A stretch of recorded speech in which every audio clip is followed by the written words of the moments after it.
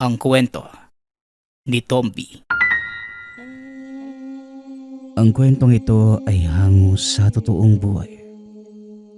Mula ito sa isa nating tagapakinig. Karanasan ito ni Popoy. Walang eksaktong taon. Probinsya ng Masbate. Kilala ang pamilya ni Tatay Samuel, ama ng ating bidang si Popoy, bilang mahusay na mangangaso.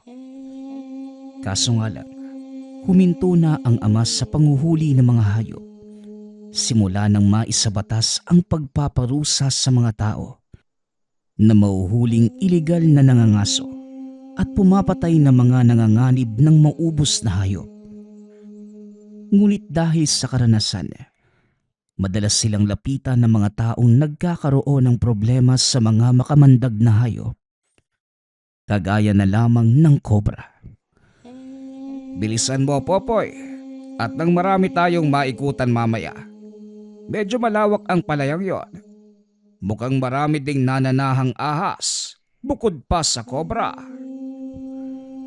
Kung sakaling marami tayong mahuling kobra, saan naman natin ilalagay? Medyo masikip na sa mga kulungan natin. Huwag ka nang mag-alala.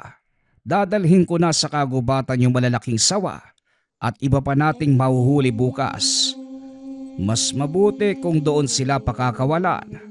Nang sa ganun makontrol din ang dami ng mga peste sa lugar. Matapos ihanda ang mga kagamitan, kagad nang lumakad ang mag-ama. Pagkarating sa palayan ay napakamot ng ulo si Popoy dahil napakalawak nito at masukal pa ang mga pilapil. Ayon sa may-ari, simula nang makakita sila ng kobra sa lugar, hindi na nila ito ginalaw pa sa takot na makagat sila ng mga ito. Simulan na natin ang trabaho. Pangunahan mo ang paggapas ng mga talahib. Siguruhin mong malinis ang buong paligid para madali nating mahanap ang mga butas.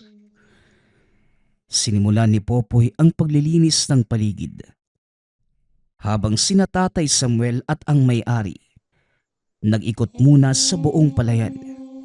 Ipinakita nito sa matanda ang lugar kung saan madalas makita ang napakalaking kobra. Ayon sa may-ari ng palayan, halos 14 na talampakan ang haba. Kasing laki na ito ng binti ng 14 na taong gulang na binata. Kung totoo ang sinasabi mo, yan na ang pinakamalaking kobra na mahuhuli natin. Tara, bumalik na tayo sa aking anak at sisimulan na ang paghahanap ng mga butas. Habang naglalakad ang mga ito pabalik sa kinaroroonan ni Popoy, biglang sumigaw ang isa sa mga tauhan ng may-ari. Ayon dito, nakita nila ang isa sa mga kobra na nakatira sa lugar. Inihinto naman ni Popoy ang ginagawa niya. Pinuntahan ang tao. Pagkarating doon, buntot na lamang ang naabutan ng binata. Sinubukan niya itong hulihin. Ngunit sa kasamaang palad ay pumasok ito sa lumang butas ng daga. Patay ka sa akin ngayon. Hindi ka na makakatakas pa. Huwag mong sasakta ng kobra, Popoy. Maaari itong mamatay sa impeksyon kung sakaling pakawalan natin sa gubat na may galos. Marahang hinukay ni Popoy ang pilapil hanggang sa tuluyang nakita ang katawan. Hinawakan nito ang ahas at marahang hinila. Biglang napatakbo ang lahat ng taong naroon dahil tumayo ang ulo nito at inambahan ng tuklaw si Popoy.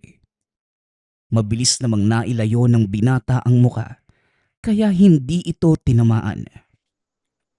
Mukhang malaki na ang isang to wika ni Popoy habang isinisilid ito sa sakong gawa sa tela. May mas malaki pa dyan, anak. Siguradong isang kawan silang nakatira sa lugar na ito. Maraming buwan nang hindi nagagalaw ang palayang ito. Tara na, ituloy na natin ang paghahanap. Patuloy na naghanap ang mag-ama hanggang sa sumapit ang tanghali. Nakahanap ang mga ito ng ilang sawa, ngunit hindi pa nila natatagpuan ang malaking kobra. Sa isip-isip ni Tatay Samuel, maaaring nakalipat na ito ng tirahan. Dagdag pa ng may-ari, ng mga sandaling nakita nila ito. Hinabol nila ang kobra ngunit hindi na naabutan dahil bigla itong naglaho sa makapal na talahiban. Ang mabuti pa, magpahinga na muna kayo. Nagpahanda ko ng tinolang manok sa bahay. Mas mabuti kung dito na lang tayo kumain sa bukid. Aktibo ang mga kobra tuwing tanghali. Malakas ang kutob kong magpapakita ang malaking ahas na yon. Kung ganon, ipapadala ko na lang dito ang tanghalian nyo. Sandali lang, ipapakuha ko sa aking mga tauhan.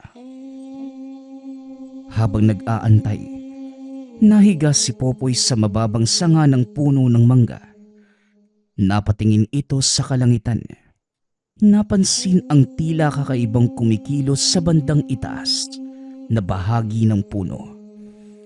Napabalikwas ang binata nang mapagtanto na ang imaheng nakikita ay ang hinahanap nilang kobra. O anak, napano ka? Bakit parang nakakita ka ng multo? Ito ang unang beses ni Popoy na makita ang ganong kalaking kobra at hindi nito akalain na totoo ang sinasabi ni Mang Nardo. Tay, mukhang nahanap ko na po yung sinasabi ni Mang Nardo. Itinuro nito ang taas ng puno kung saan nakadapo ang malaking kobra. Napatingala naman ang ama at nakita ang malaking ahas. Humanda ka, Popoy. Huhulihin natin ang isang to. Ano man ang mangyari, malaking banta sa mga tao ang ganito kalaking kobra. Ang tanong ngayon, tay, paano natin huhulihin yan? Bukod sa nasa taas ng puno, napakalaki pa. Simple lang. Pababain natin. Kumuha ka ng mahabang panungkit at bulabugin mo siya. Siguradong bababa ang kobra. Mag-iingat ka lang dahil siguradong hahabulin ka nito.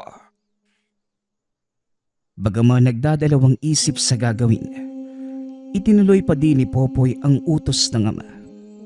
Kumuha ito ng mahabang kawayan. Sinungkit-sungkit ang kobra hanggang sa makuha ang atensyon. Tumayo ang ulo nito at pinagtutuklaw ang hawak na kawayan ni Popoy. Ramdam ng binata ang lakas ng kagat ng ahas, maging ang pagbao ng ngipin nito sa manipis na dulo ng kawayan. Maya-maya pa, gumapang ito pababa ng sanga. Laking gulat ni Popoy dahil tumulay ito sa hawak niyang kawayan. Ramdam ng binata ang bigat. At dahil napakahaba ng hawak na panungkit, hindi niya nagawang kontrolin ang balanse, kaya natumba ito, dahilan para madaganan ang katawan ng kobra.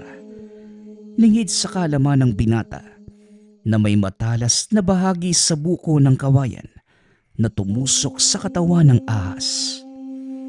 Paulit-ulit nitong tinutuklaw ang panungkit hanggang sa padagana ni Tatay Samuel ng paa ang ulo nito. Hindi nga biro ang laki ng ahas na ito, anak. At sa tansya ko, hindi lang 14 na talampakan ang haba nito. Siniyasat nito ang katawan ng kobra at dito nakita ang sugat. Mukhang natusok po yata yan ng panungkitay. Paano yan? Hindi na natin siya pwedeng pakawalan. Hindi. Mananatili lamang siya sa kulungan hanggang sa gumaling ang sugat at saka natin pakakawalan. Laking pasasalamat ni Mang Nardo dahil nagawa nilang mahuli ang kinatatakutang higanteng kobra. Hawak-hawak ito ni Tatay Samuel at pilit sinusukat kung gaano ito kahaba. 2 dipa at kalahati Ito ang eksaktong sukat ng kobra. Ang laki ng katawan nito, umabot sa halos 6 na pulgada pabilog. At ayon din kay Tatay Samuel, lalaki ang kobra na ito at siya ang may-ari ng buong teritoryo. Kusa nang aalis ang iba pang kobra sa lugar na ito, lalo kapag nalinis na ninyo ang mga pilapil. Iwasan lang ang pagsusunog ng mga damo kung ayaw niyong magsipagpuntahan sa inyong tahanan ang mga ahas.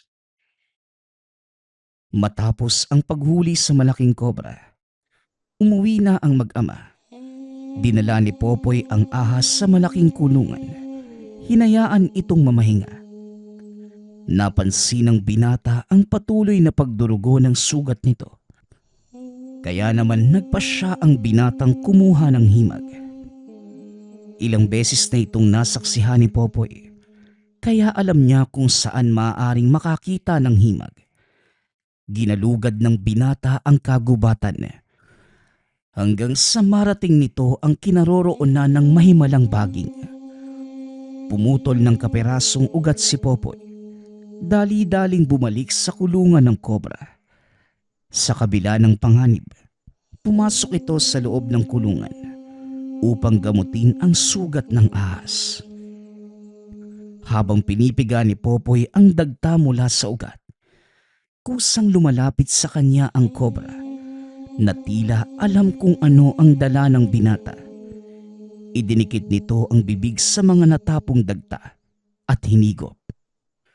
Nakita ni Popoy ang ginagawa ng kobra, kaya itinaas nito ang dinikdik na ugat upang pigain sa mismong bunganga ng ahas. Ngunit sa kasamaang palad, bigla siya nitong sinunggaban. Nakagat sa braso si Popoy dahilan ng agaran nitong pagkahilo. Malayo sa tahanan ang kulungan at kahit anong pagsigaw ang gawin ng binata, walang lumalabas na boses sa bibig. Naramdaman nito ang mahinang paggapang ng kamandag mula sa kanyang braso hanggang sa kanyang dibdib. Sinunod dito ang itinuro ng ama. Nanatiling kalmado si Popoy hanggang sa bumagal ang tibok ng pulso. Marahan siyang kumilos para talian ang bahaging kinagat ng kobra at dahan-dahang gumapang palabas ng kulungan. Nanatili naman sa loob ang ahas. Habang nakatayo ang ulo nito, tinitignan si Popoy.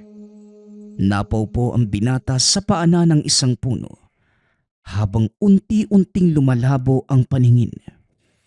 Sa isip-isip ni Popoy, ito na ang kanyang katapusan.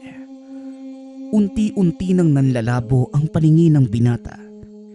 Nahihirapan na rin ito sa paghinga hanggang sa tuluyan ng mawala ng malay. Ilang sandali pa ang nakalipas. Nagising si Popoy. Nakita nitong nasa loob na siya ng tahanan.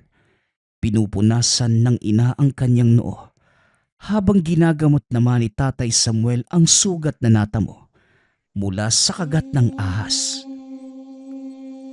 Ano bang pumasok sa isipan mo at ginamot mo ang sugat ng kobra?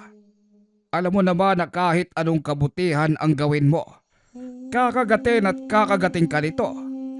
Sa oras na makaramdam ng panganib, pagpasalamat ka na lang at hindi ganong kalakas ang kamandag na pumasok sa katawan mo.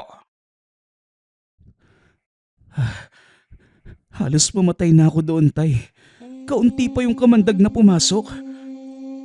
Ang tawag sa kagat na yon, tuyong kagat.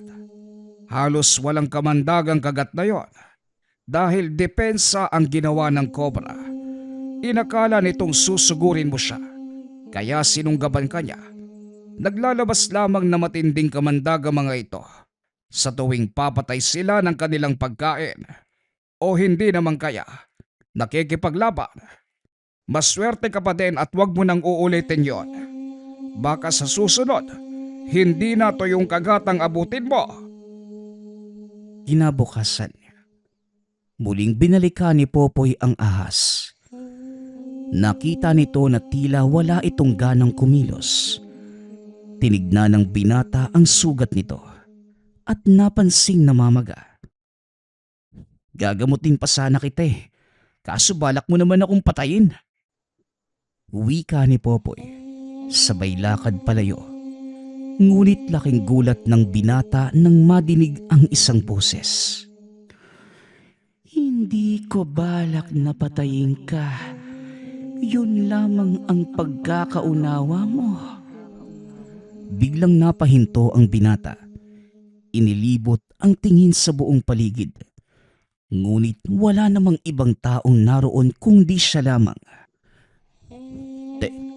Teka, ikaw ba'y nagsasalita? Unti-unting lumapit si Popoy sa kobra. May iba ka pa bang nakikita rito? Nanlaki ang mga mata ni Popoy nang makita nitong nakatayo na ang kobra sa kanyang harapan. Sa hindi malamang dahilan, nakalabas ito sa kulungan. Paano kang nakalabas? Sarado yung pinto ah! Unti-unting napaatras ang binata. Hindi mo ko lubusang kilala, mortal. Kung sa tingin mo, pangkaraniwang ahas lamang ako, nagkakamali ka. Ilang beses pang kinusot ng binata ang mga mata. Sinampal-sampal pa ang sarili para lamang mapagtanto kung nananaginip ba siya o hindi. Anak ng, epekto ba to ng kagat mo? Parang umakyat na yata sa utak ko ah. Nakakarinig na ako at nakakakita ng kung ano-ano. Lalakad na sana ito papalayo nang bigla siyang patirin ng kobra gamit ang mahaba nitong katawan niya. Aray! At para sa naman yun? Ano? Ngayon naniniwala ka na ba sa akin? Pero paanong nangyaring nakakapagsalita ka at naiintindihan kita? Ang kagaya ko, isang uri ng engkantong hayop. Isa lamang ako sa libo-libong naninirahan dito sa inyong mundo. Dahil sa unti-unting pagkasira ng aming natural na tirahan sa kanilang dimensyon, nagpasya kami na pumunta sa mundo niyong mga tao. Kung isa kang engkanto, di ba may kapangyarihan ka? Saka, ahas pa talaga yung totoo mong anyo. Nakakatakot Mas mabuti nang makita mo ko sa ganitong anyo kesa sa totoo kong pagkatao. Mas matatakot ka. Isa pa, sanay ang mga tagamundo niyo sa itsura kong ito. Kaso lang, pinapatay kami ng mga kauri mo dahil sa taglay naming kamandag na mapanganib para sa inyo. Hindi mo naman masisisi yung mga tao Natatakot lang din sila sa mga kagaya mo. Hindi kasi nauunawaan ng karamihan sa amin ang buhay nyo Para sa amin, pag nakakita ka ng ahas, kailangang patayin, makamandag man o hindi. Naglakad ito papunta sa kulungan ng kobra. Binuksan ang pinto. Hindi na ako babalik sa mabahong lugar na yan. At kapag pinilit mo kong ikulong dyan, tutuluyan na kita. Huwag kang mag-alala. Kukunin ko lang yung dinikdik na ugat ng himag. Teka, nasa na yun? Eto. Ewan ko lang kung Hindi mo na kailangan ang isang yan. Nasipsip ko na ang katas mula sa ugat na yan. Ang kailangan na lang para tuluyang gumaling ang sugat ko ay ang dugo mo. Bagay na ikinagulat ng binata. Dugo ko? Bakit? Anong meron sa dugo ko? Hindi nakakamatay na kagatang binigay ko sa iyo, kundi isang kagat na makakapagsalin ng kakayanan kong magpagaling sa isang nilalang.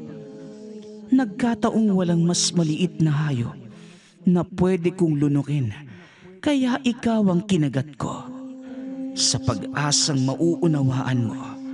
Pero nagkamali pala ako dahil pinangingibabawang ka ng takot at dahil doon nawalan ka ng malay. Teka, kagat na hindi nakakalason. Paano ko maniniwala sa'yo? Mahirap ipaliwanag sa isang kagaya mo. Bakit hindi mo na lang ipatak ang dugo mo sa sugat ko? Ito nga ang ginawa ng binata. Kumuha ito ng maliit na kutsilyo.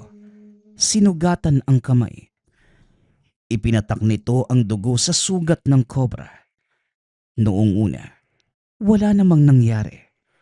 Ngunit kalaunan ay nakita nitong tila unti-unting nagbabalik ang kaliskis sa dati habang naghilom ang sugat.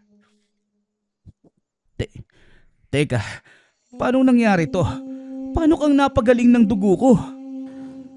Masyado kang makulit. Ang ibinigay kong kamandag sa'yo ang siyang dahilan kung bakit ako gumaling. Sa tuwing magkakasugat kami, naghahanap kami ng mas maliit na hayop upang salinan ng kamandag.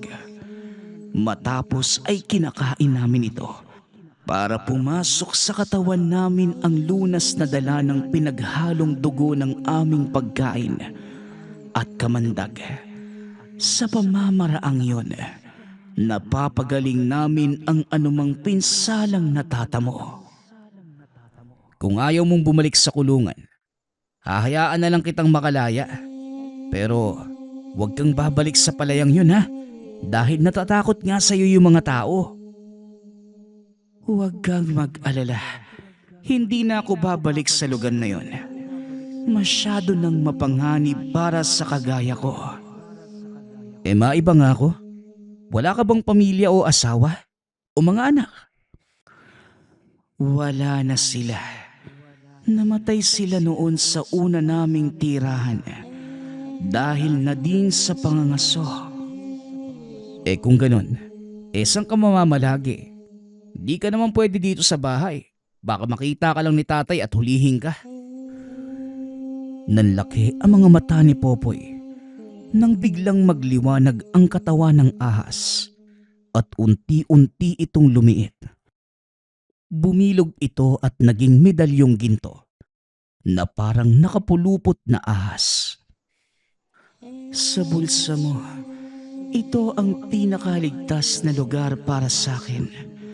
Walang makakaalam kung nasaan ako. Bakit ba mas gusto mong manatili sa aming mga tao? Gayong kami mismo yung nagiging dahilan ng pagkaubos nyo. Naniniwala lang ako sa kasabihan yung mga tao. Dumikit ka sa kalaban mo para hindi ka niya makita. Bahala ka nga. O siya, may gagawin pa ako. Magpapakawala kami ng mga ahas sa kabundukan ngayon. Ilalagay na lang kita sa bulsa ko ha. Hindi na sumagot ang kobra. Naramdaman nito ang presensya ni Tatay Samuel. Unang tinignan na matanda ang kulungan ng nahuling ahas. Nagulat ito dahil wala na ang kobra sa loob. Popoy, anong nangyari sa kobra? Pasensya na po tay. Hindi ko naagapan Namatay po yata siya kagabi. Kung sa bagay, medyo malalim nga yung sugat na natamo ng kawawang kobra. O siya, isilid mo na lang sa mga katsa ang ilang sawa. Ako nang bahala sa mga makamandag. Matapos yun, lumakad na ang mga ito papunta sa kabundukan kung saan pinakakawalan ang mga ahas. Pagkarating doon, sinalubong sila ng mga putok ng baril. Nako, mukhang may mga nangangaso pa din dito taya. Talagang hindi sila natakot sa parusa kung sakaling mahuli sila. Hayaan mo sila. Pasasaan ba't mahuhuli din ang mga yan? Ang gawin mo na lang, huwag mo silang tutularan. Sige na anak, pakawalan mo na ang mga ahas. Nang makabalik na tayo, may mga kailangan pa akong atupagin sa bukid. Ngunit nang pabalik na ang mga ito sa kapatagan, nakasalubong nila ang pangkat ng mga ngaso sa pangunguna ng dating kasamahan ng matanda na si Archie. Oh, Tatay Samuel, himala at nandito kayo. Akala ko ba huminto ka na sa pangangaso? Oo, Archie. Matagal na akong huminto. Naparito lang kami upang magpakawala ng mga nahuli naming ahas sa kapatagan. O siya, mauuna na kami. Marami pa akong gagawin. Mag-iingat ka dahil medyo marami ang napakawalang kong kobra sa lugar na ito. Nanguhuli kayo ng mga ahas sa kabatagan para pakawalan sa kabundukan? Gasino lang ang kita doon ah. Mabubuhay ba kayo nun? Bakit hindi ka na lang bumalik sa pangangaso?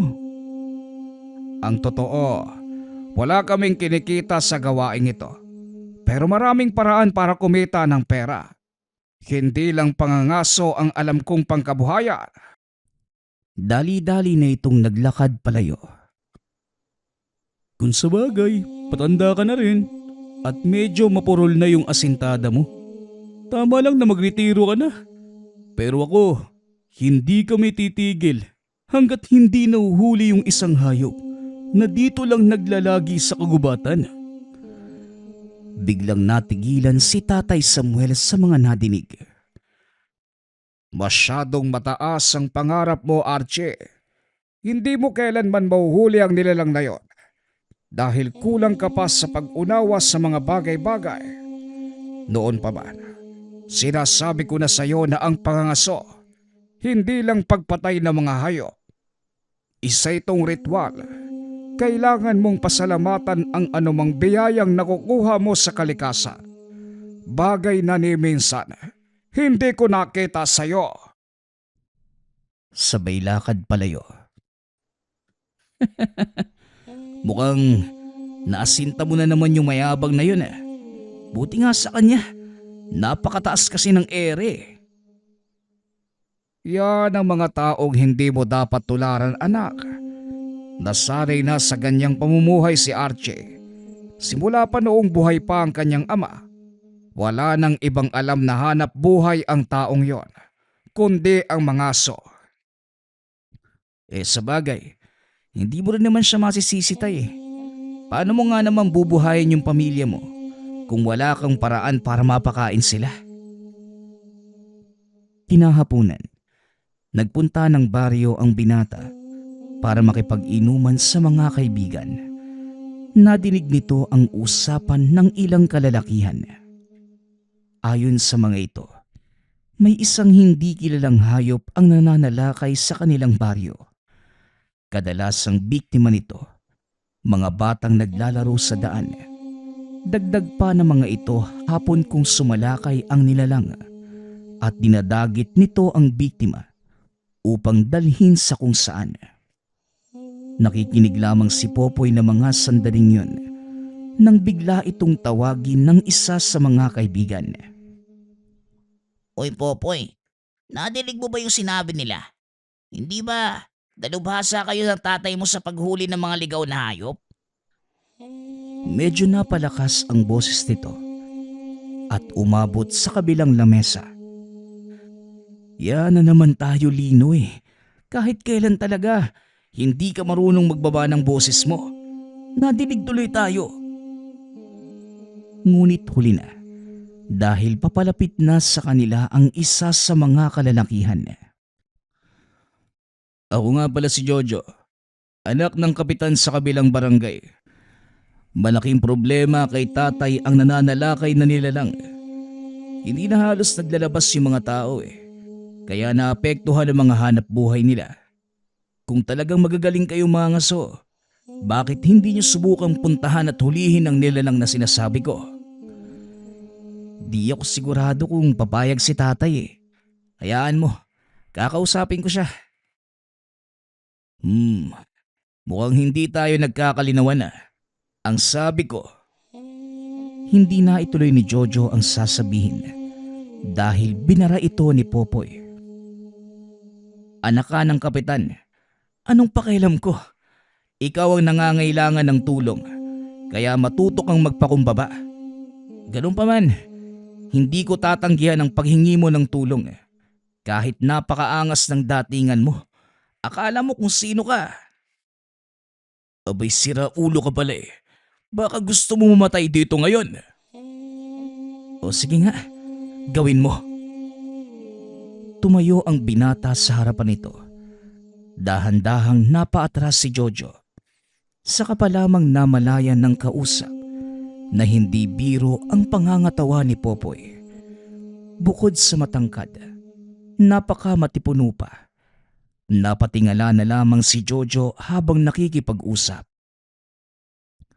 Oh, anong problema? Akala ko ba papatayin mo ako? Bakit parang nakakita ka ng multo ngayon? Yan ang hirap sa inyo mga anak ng politikong nakaupo eh. Akala nyo sa mga tatay nyo, mga Diyos na hindi bumababa sa trono. Puro kayo kayabangan, pero kulang naman kayo sa gawa. Kagaya lang din ng mga magulang nyo na mahilig mangako sa tao. Sa ngayon, nanalo ka, pero sa susunod, wag mo nang hilingin na magkita pa tayo sa susunod. Dahil kung sakali, hindi mo magugustuhan ang mangyayari sa'yo. Naku, Popoy, alam mo ba kung anong ginagawa mo? Maraming kakilala yang si Jojo. Baka mamaya, tambangan ka ng mga yan. Kilala ko ang taong yon, Lino. At kagaya ng sinabi ko kanina, puro lang sila salita. Tignan natin kung talagang tatambangan niya ako. Pag-uwi nito ng tahanan, kinausap ng binata ang ama tungkol sa nangyari. Ngunit laking gulat ni Popoy dahil nakarating na pala ito sa kaalaman ng ama. Alam ko na ang tungkol dyan. Lumapit na din sa akin si Kapitan Ferrer. Kaya nga maghanda ka. Dahil bukas ng umaga, kakausapin natin siya. Magkikita pala kami ng Jojo na yun. Napakayabang talaga ng anak ng kapitan na yun eh. Bakit? Ano na naman ba ang ginawa sa iyo ng taong yon? Wala naman, tay. Pinakitaan lang ako ng kayabangan. Pero hindi naman nagkagulo eh. Magkakagulo pa lang kung sakali. Huwag mo nang patulan yung isang yon. Palibhasa lumaking nasusunod ang layaw. Sige na, magpahinga ka na at maaga tayong aalis bukas. Kinabukasan, pagkarating sa kabilang barangay, kagad hinarap ni Kapitan Ferrer ang mag-ama. Ikwinento nito ang mga nangyari. Sa hinala ko, isang malaking ibong mandaragit ang kumukuha sa mga bata rito sa amin. Hindi lang bata ka, Samuel, kundi maging maliliit na kambing at baka ay hindi nakakaligtas. Meron bang nakakita ng nilalang na yon? Paano niyong nasabing dinadagit ang mga biktima? Bago mawala ang mga bata, nakakadinig ng malakas na pagaspas sa mga magulang o hindi naman kaya biglang lalakas ang hangin. Maaari mo bang sabihin, Kapitan, kung saan ang huling nangyaring insidente? Maaari ko kayong dalhin sa lugar, pero kumain muna tayo at lalamig ang pinahanda kong almusal. Medyo malayo mula sa kabisera ang pinangyarihan. Habang kumakain, lumabas ng silid si Jojo. Kagad itong napatitig kay Popoy. Tumango lamang ito sa binata. Bagay na ikinainis naman ni Jojo. Walang iya ka. Anong ginagawa mo rito? Dali-dali pa itong dumampot ng kutsilyo. Kumalma ka nga lang. Hindi ba nanghihingi ka ng tulong sa akin kahapon? O eto na kami. Kaya anong problema mo? Ang mabuti pa, bitawan mo yung kutsilyo at baka masaktan mo lang yung sarili mo. Talagang napakayabang mo. Magpasalamat ka at nandito si tatay. Kung wala, kanina pa kita... Lumayas ka sa harapan ko, Jojo. Hindi ito ang oras para pairalin ng kayabangan. Kahit kailan ka talaga. Dali-dali namang lumabas ng tahanan ang binata. Habang nagkakamot ng ulo, tumingin pa ito kay Popoy at nag-iwan ng isang babala. Mamaya ka lang sa akin. Ngunit tumayo ang kapitan. Nilingon ng anak. Dali-dali naman itong tumakbo palabas ng bakuran. Pasensya ka na sa anak ko, iho. Talagang mali ang pagpapalaki ng kanyang ina. Bueno, tapos na ba kayong kumain? Tapos na, kapitan. Maaari na tayong lumakad. Tumuloy na ang mga ito sa huling pinangyarihan ng insidente. Nagulat ang mag-ama. Dahil isa itong tahanan na napapalibutan ng makapal na gubat. Ito ang bahay ng mag-asawang Juan at Lilia. Kaso wala na sila sa lugar. Natakot sila na maulit pa sa iba nilang anak ang nangyari. Dito sa bakurang ito mismo, kinuha ang kanilang bunsong anak. Popoy, ikutin mo ang paligid. Maghanap ka ng mga bakas at palatandaan ng malaking ibon. Alam mo na ang gagawin. Naglakad sa paligid ng tahanan si Popoy. Naghanap ito ng mga palatandaan. Ngunit wala ni isang nakita ang binata. Ano ba ang hinahanap mo, Popoy? Nagulat ang binata. Nagagawa nitong makipag-usap sa pamamagitan ng isip. Mga palatandaan ng malaking ibon. Hindi ka makakakita nun dito dahil hindi naman ibon ang kumukuha sa mga bata. Teka, anong ibig mo sabihin? Tumingin ka sa gawing yun. Nakikita mo ba ang malaking puno ng nara? Lapitan mo ito at siguradong magugulat ka. Sinunod naman ni Popoy ang sinabi ng kobra. Pagkalapit sa puno, nagtaka ang binata dahil may kung anong nakaumbok sa mismong katawan nito. Sa unang tingin, hindi mo mapapansin ngunit sa oras na lapitan mo ito, mapapansin mo ang hindi pangkaraniwang umbok. Ano yung bagay na yan? Bakit hindi mo subukang suntukin? Ito nga ang ginawa ni Popoy. Laking gulat ng binata dahil biglang umatungal ang nilalang na nagbabalat kayo sa katawan ng puno ng nara. Isa itong uri ng engkantong may hawig sa hunyango. Ikaw ba yung nangunguha ng mga bata sa lugar na ito? Tanong ni Popoy habang hawak ang nilalang sa leeg. Hindi ako, pero pwede kong ituro sa inyo kung sino. Ano ba yung hawak-hawak mo, Popoy? San mo nahuli ang nilalang dayan? Dito lang po, tay. Nagtatago sa puno ng nara. Pwede niya daw tayong ituro sa nilalang na kumukuha ng mga bata. Maging si Kapitan Ferrer, nagulat sa nasaksihan. Ito ang unang pagkakataon niyang makakita ng isang totoong engkanto. Anong balak niyong gawin sa isang yan? Baka makapanakit pa kung bubuhayin. Kaya mas makakabuti pang patayin niyo na lamang. Patayin. Yan ang laging unang pumapasok sa isip natin. Sa oras na makakita tayo ng nilalang o hayop na hindi pamilyar, bakit kailangang patayin? May ginawa ba siya sa iyo, Kapitan? Nag-iingat lang ako, Samuel. At isa pa, ako ang kapitan ng barangay na ito. Kaya ako ang masusunod. Pasensya na, Kapitan. Pero hindi na kami sakop ng iyong jurisdiksyon.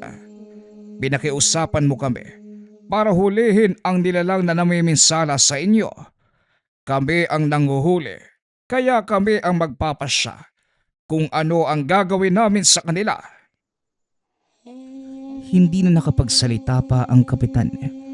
Sa halip, umalis na lamang ito sa lugar.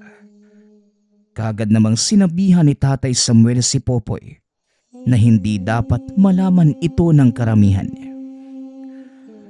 Ako na pong bahala doon, Tay. Mauna na po kayo sa bahay. Dalhin niyo ang hunyangong ito. Sabay abot sa ama ng hawak na nilalang. Sinundan nito si Kapitan Ferrer. Habang nasa daan, kinakausap nito ang alagang kobra. Uy, nadinig mo ba yung sinabi ni Tatay? Hindi ko alam yung gagawin ko eh. Paano naman natin siyang mapapakiusapan na wag magsalita?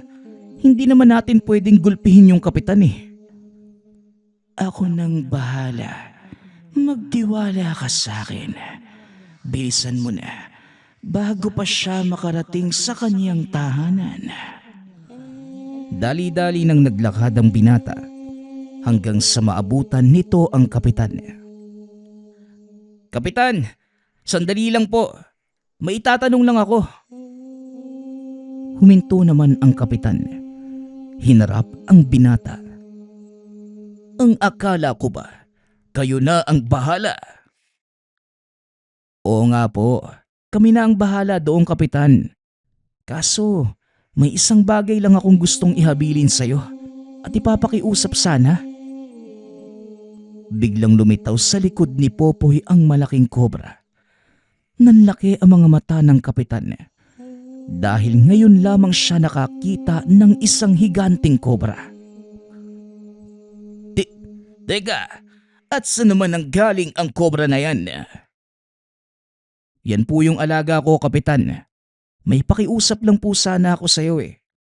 Ayaw po kasi ni Tatay na makakarating ang lahat ng nakita niyo sa kahit na sino. Pwede bang atin-atin na lang muna yon? Pinagapang ng binata sa kanyang kamay ang alagang kobra. Walang problema. Hindi ko sasabihin kahit kanino ang nakita ko. Ilayo mo lang sa akin itong kobra. Kung ganun, may kasunduan na po tayo ha. At sa oras na makalabas ang balitang to, alam niyo na po yung mangyayari. Matapos ay umalis na ito. Bumalik sa kanilang tahanan. Pagkarating ng binata ay nakita nitong kinakausap ng ama ang hunyango. Ano tay, may napiga ka na ba? Madali naman palang kausap ang isang to eh. Oo, nasabi niya sa akin kung anong nilalangang nangunguha ng mga bata. At hindi nga ito malaking ibon, kundi isang aswang. Ayon din sa hunyango, matagal na siyang nakatira sa punong yun. Kaya nakita niya ang lahat ng mga nangyari nung araw na kunin ng nilalang ang anak ng mag-asawa. Aswang? Mukhang magkakaroon pa ako ng engkwentro sa mga aswang ah. Ito din ang unang pagkakataong makakaharap ko ang isang aswang kung sakali. Kahit ayaw ko, mukhang kakailanganin natin ang tulong nila Archie. Subukan mo silang hanapin sa bayan, Popoy.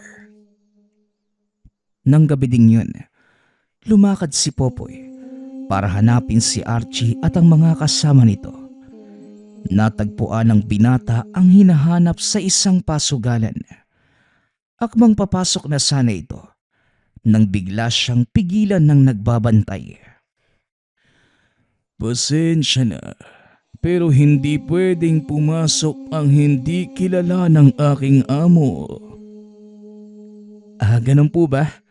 Pakisabi na lang po sa lalaking yun. Pinapatawag po siya ng tatay ko dahil may ipapagawa sa kanya. Nilingo naman ng bantay ang taong itinuturo ng binata. Si Ka Archie. O sige, ikaw na ang magsabi. Pero duda ko kung haharapin ka niya dahil abala siya sa pagsusugal. Tumuloy si Popoy at nilapitan si Archie. Archie, Gusto ka daw makausap ni tatay. Mukhang may ipapatugis sa'yo eh. Nag-angat ng tingin si Archie. Walang pagdadalawang isip na tumayo. Mamaya mo na sabihin sa akin ang detalye. Mga bata, ituloy niyo muna ang kasiyahan. May importante lang akong gagawin. Walang pag-uusap na nangyari sa dalawa habang nasa daan. Pagkarating sa tahanan nila Popoy, saka pa lamang nagsalita si Archie. Hindi mo ko ipapatawag nang walang mabigat na dahilan ka, Samuel. Magsalita ka. Anong problema? Bago ko sabihin sa iyo ang lahat, gusto kong makita mo muna ang nilalang na ito. Nanlaki ang mga mata ni Archie. Lalo pa nang magpakita ang hunyango sa kanya. Isang hunyango? Bakit meron ka nito? Panandalian lang ang pananatili ng nilalang na yan sa akin. At may kaugnayan siya sa ipapagawa ko sa iyo. Ang hunyangong ito ang nakakita ng nilalang na ipapatugis ko. At alam kong may kakayanan kang makita ito mula sa mga mata ng iba. Matagal ka nang nagretiro pero madalas pa din ang pag-iisip mo ka, Samuel. Bueno, hayaan mong ako na mismo'y makakita sa itsura ng hayop na tutugisin ko. Kinuha nito sa kulungan ang hunyango. Tinitigan sa mata. Laking gulat ni Popoy dahil biglang nagbago ang mga mata ni Archie. Naging katulad ito ng pusa. Taglay ng taong yan ang bertud ng musang. May kakayanan siyang tumingin sa nakaraan ng isang nilalang sa pamamagitan lamang ng pagtitig sa mga mata nito. Hindi naman nagsalita si Popoy. Patuloy lamang itong nakikiramdam sa ginagawa ni Archie. Maya-maya pa, binitawan na nito ang hunyango. Napatingin ng nakakaloko kay Tatay Samuel. Aswang ang ipapatugis mo sa akin ka, Samuel? Sigurado ka ba? Gagawin mo ba o hindi?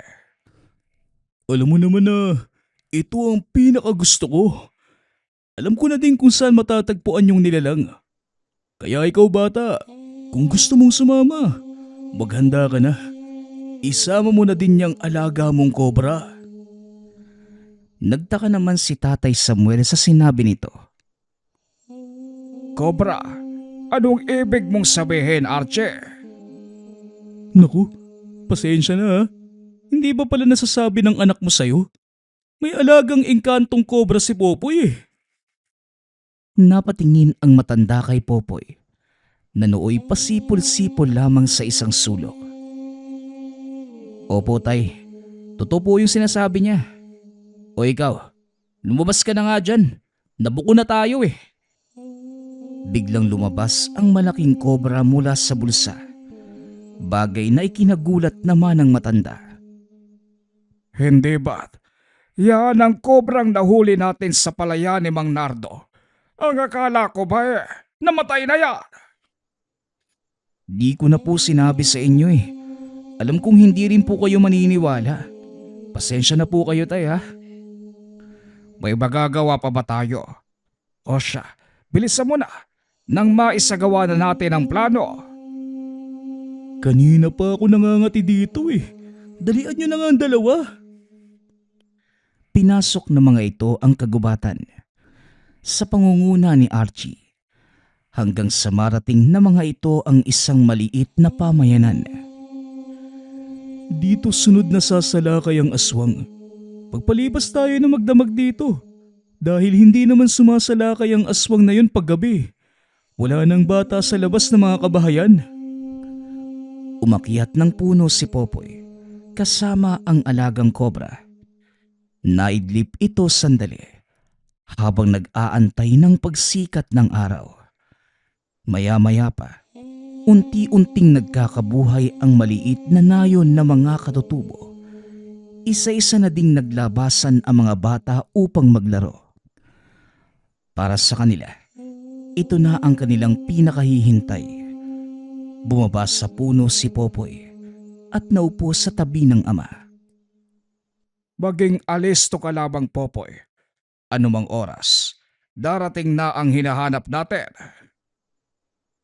Ayon pa sa matanda, base na din sa mga pangyayari, sumasalakay ang nilalang bago lumubog ang araw sa hapon at bago ito sumikat sa umaga.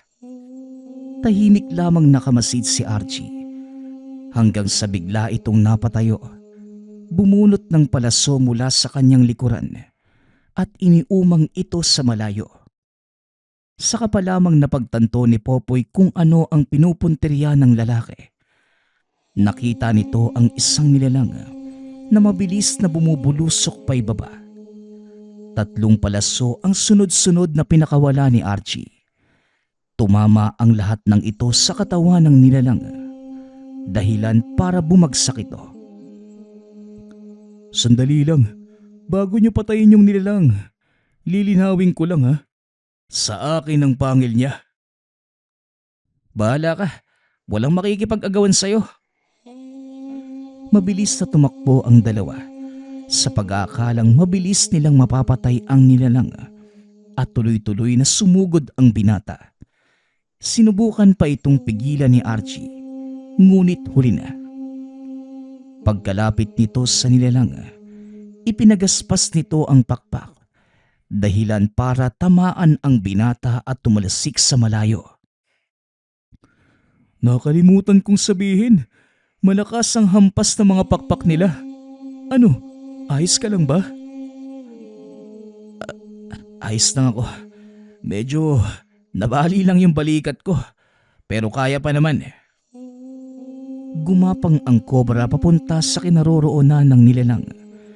Kinagat ito ng makailang ulit bago tuluyang bumalik sa kinaroroonan ni Popoy. Nag-antay lang tayo ng ilang minuto. Kusang babagsak ang katawan ng aswang na yan sa oras na kumalat ang kamandag ko. Aba, mapapakinabangan din pala yung alaga mo, Popoy. Magaling. Huminto na sa pagkilos yung nilalang. Tapusin na natin to.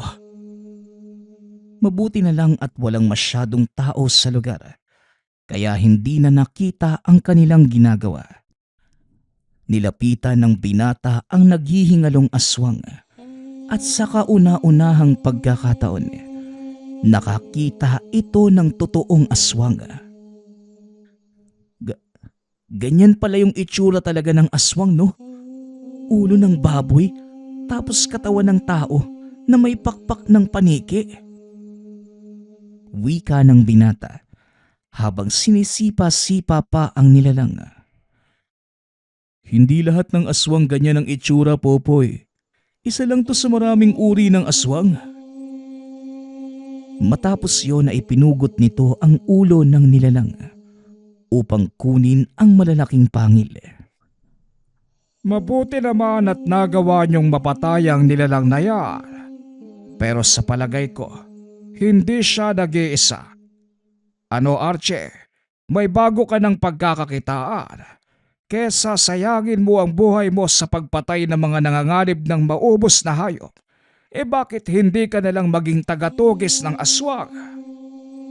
Magiging manunugis lang ako kung babalik ka sa pagiging mangangaso. Masyado nang matanda si tatay para sa ganyan, kaya ako na lang yung ayain mo. O sige, walang problema. O siya, mauuna na ako ha. Hanggang sa susunod na misyon, Popoy. Siya nga pala, ingatan mo yung alaga mong kobra ha.